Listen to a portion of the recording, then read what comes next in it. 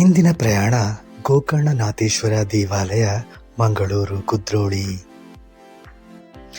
ಮಂಗಳೂರಿಗೆ ಬಂದಿದ್ದೀರಾ and ಕುದ್ರೋಳಿಲಿರೋ Gokarnanatheshwara temple visit ಮಾಡಲಿಲ್ಲ ಅಂದರೆ ಹೆಂಗ್ರಿ? ಅದು ಗೋಕರ್ಣನಾಥೇಶ್ವರ ದೇವಾಲಯನ ದಸರಾ ಟೈಮ್ನಲ್ಲಿ ನೋಡೋದೇ ಒಂದು ಮಜಾ. ನಾವು ಬೆಳಗ್ಗೆ ಒಂದು 9:30 10 ಗಂಟೆ ಅಷ್ಟೊತ್ತಿಗೆ ಕುದ್ರೋಳಿ ಟೆಂಪಲ್ನ ರೀಚ್ ಮಾಡಿದ್ವಿ. ಅದು ದಸರಾ ಟೈಮ್ನಲ್ಲಿ.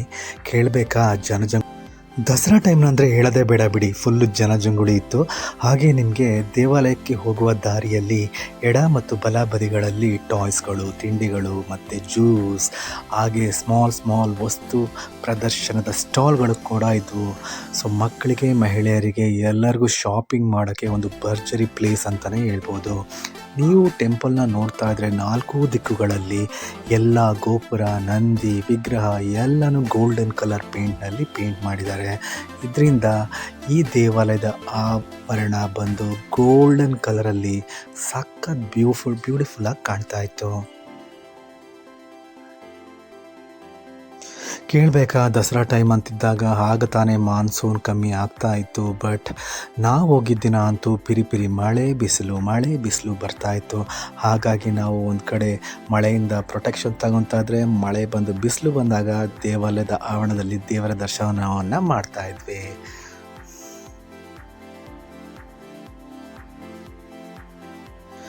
ಬನ್ನಿ ಗೆಳೆಯರೆ, ಹಾಗಾದರೆ ಮಂಗಳೂರಿನ ಗೋಕರ್ಣನಾಥೇಶ್ವರ ದೇವಾಲಯದ ಇತಿಹಾಸ ಮತ್ತು ವೈಭವವನ್ನು ತಿಳ್ಕೊಂಡು ಬರೋಣ. ಮಂಗಳೂರು ನಗರದ ಕುದ್ರೋಳಿಯಲ್ಲಿರುವ ಗೋಕರ್ಣನಾಥೇಶ್ವರ ದೇವಾಲಯ ಕರಾವಳಿಯ ಅತ್ಯಂತ ಪ್ರಸಿದ್ಧ ಶಿವ ಕ್ಷೇತ್ರಗಳಲ್ಲಿ ಒಂದು. ಈ ದೇವಾಲಯವನ್ನು ಕರಾವಳಿಯ ಹಿಂದೂಗಳ ಪ್ರಮುಖ ಧಾರ್ಮಿಕ ಕ್ಷೇತ್ರ ಅಂತಲೂ ಕರೀತಾರೆ. ದೇವಾಲಯದ ಮುಖ್ಯ ದೇವತೆ ಶ್ರೀ ಗೋಕರ್ಣನಾಥೇಶ್ವರ ಶಿವನ ರೂಪ. ಹಾಗೂ ಈ ದೇವಾಲಯವು ಬಿಲ್ಲವ ಸಮುದಾಯದ ಆಧ್ಯಾತ್ಮಿಕ ಕೇಂದ್ರವಾಗಿದೆ.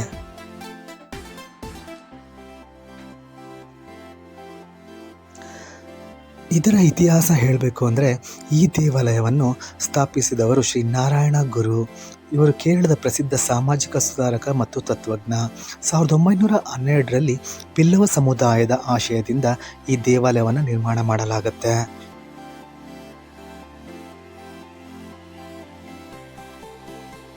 ಈ ದೇವಾಲಯದ ಮುಖ್ಯ ತತ್ವ ಏನಪ್ಪಾ ಅಂದರೆ, ಏಕದೇವ, ಏಕಮತ, ಏಕ ಜನಾಂಗ ಎಂಬುದು. ಆಗಿನ ಕಾಲದಲ್ಲಿ ಬಿಲ್ಲವ ಸಮುದಾಯದವರಿಗೆ ಬ್ರಾಹ್ಮಣ ದೇವಾಲಯಗಳಲ್ಲಿ ಪೂಜೆ ಮಾಡುವ ಹಕ್ಕಿರ್ತಿರಲಿಲ್ಲ.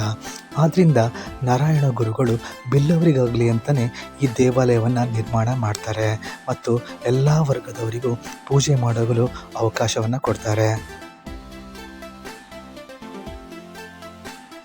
ಈ ದೇವಾಲಯದಲ್ಲಿರುವ ಮುಖ್ಯ ದೇವತೆ ಹಾಗೂ ಉಪದೇವತೆಗಳು ಯಾವ್ಯಾವು? ಮುಖ್ಯ ದೇವತೆ ಅಂದರೆ ಶ್ರೀ ಗೋಕರ್ಣನಾಥೇಶ್ವರ. ಇದು ಶಿವನ ಒಂದು ರೂಪ. ಹಾಗೂ ಉಪದೈವತೆಗಳಾದ ಗಣಪತಿ, ಸುಬ್ರಹ್ಮಣ್ಯ, ಪಾರ್ವತಿ, ಅನ್ನಪೂರ್ಣೇಶ್ವರಿ, ಸಾಯಿಬಾಬಾ ಹಾಗೆ ಹನುಮಂತನ ವಿಗ್ರಹದ ದೇವಸ್ಥಾನಗಳನ್ನು ನೀವು ಇಲ್ಲಿ ನೋಡಬಹುದು. ಮುಖ್ಯವಾಗಿ ನವರಾತ್ರಿ ಸಂದರ್ಭದಲ್ಲಿ ಅಲಂಕರಿಸಲ್ಪಡುವ ದೇವಿಯ ದುರ್ಗಾ ರೂಪಗಳು ಸಮೇತ ಇಲ್ಲಿ ನೀವು ನೋಡ್ತಿದ್ದೀರಾ. ಈಗ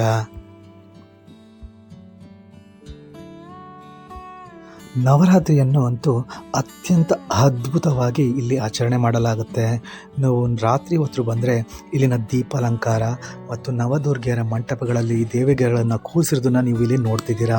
ಎಷ್ಟು ಅತ್ಯದ್ಭುತವಾಗಿ ದೇವತೆಗಳು ಕಾಣ್ತಾ ಇದ್ದಾರೆ ನೋಡಿ ಇಲ್ಲಿ.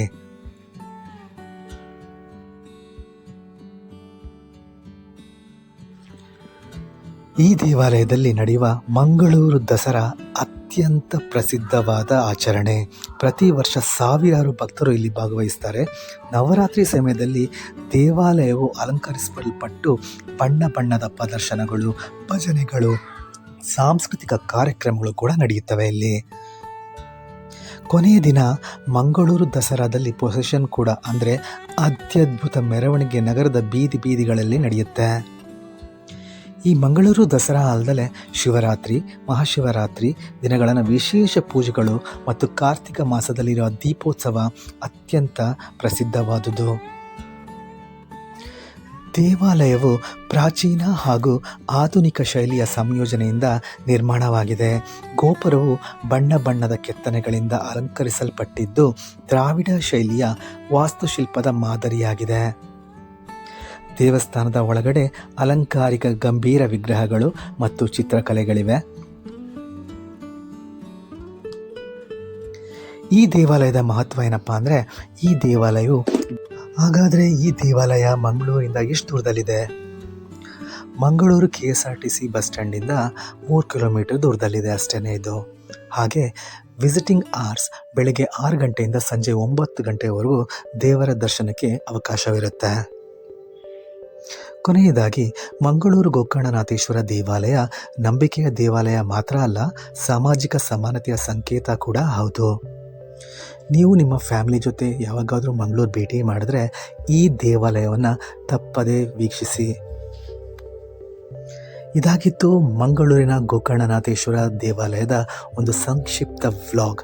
ಹೋಪ್ ನಿಮಗೆ ಇಷ್ಟ ಆಗಿರುತ್ತೆ ಅಂತ ಅನ್ಕೋತೀನಿ. ಹೀಗೆ ನಮ್ಮ ಚಾನಲ್ನ ಕಂಟೆಂಟ್ಗಳು ಇಷ್ಟ ಆಗ್ತಾ ಇದ್ದರೆ ಪ್ಲೀಸ್ ಸಬ್ಸ್ಕ್ರೈಬ್ ಮಾಡಿ ಹಾಗೂ ನಿಮ್ಮ ಫ್ಯಾಮಿಲಿ ಆ್ಯಂಡ್ ಫ್ರೆಂಡ್ಸ್ಗೂ ಶೇರ್ ಮಾಡೋಕ್ಕೆ ಹೇಳಿ. ನಮ್ಮ ಮುಂದಿನ ವ್ಲಾಗ್ನಲ್ಲೇ ಸಿಗೋಣ. ಅಲ್ಲಿವರೆಗೂ ಟೇಕ್ ಕೇರ್, ಬಾಯ್.